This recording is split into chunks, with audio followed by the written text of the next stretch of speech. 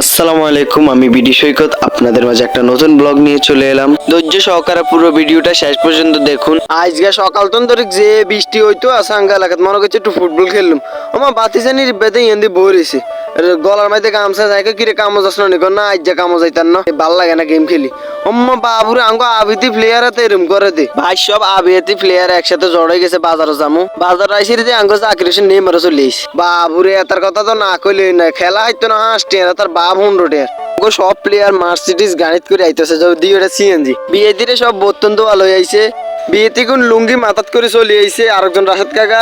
আমরা সবাই মিলে একসাথে রেডি হইলাম, সবাই এখন যাব নরিমপুর মাঠে। তো আমরা অটোর মধ্যে উঠে গেছি, অটোত করে শাঁ করে চলে যাইতেছি নরিমপুর মাঠে।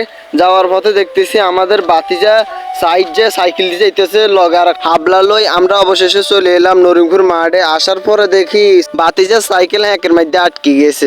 মাঠের মধ্যে হানির অভাব নেই, তারপরে খেলতে হবে। মাঠও আইতে এতাগো আবার এক ম্যাচ হয়ে যেতে আছে। আমার টাইব্রেকার শুট চলতেছে।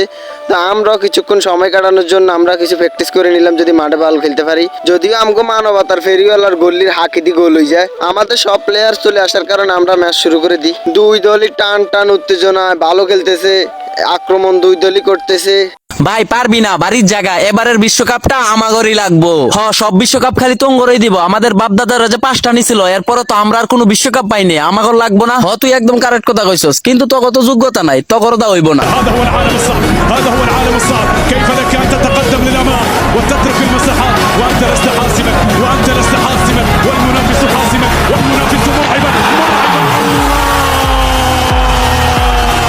بل فتاكا بل ساحرا. আমার এই ভিডিওটা যদি ভালো লেগে থাকে তাহলে সবাই লাইক কমেন্ট শেয়ার করে দিবেন। ধন্যবাদ।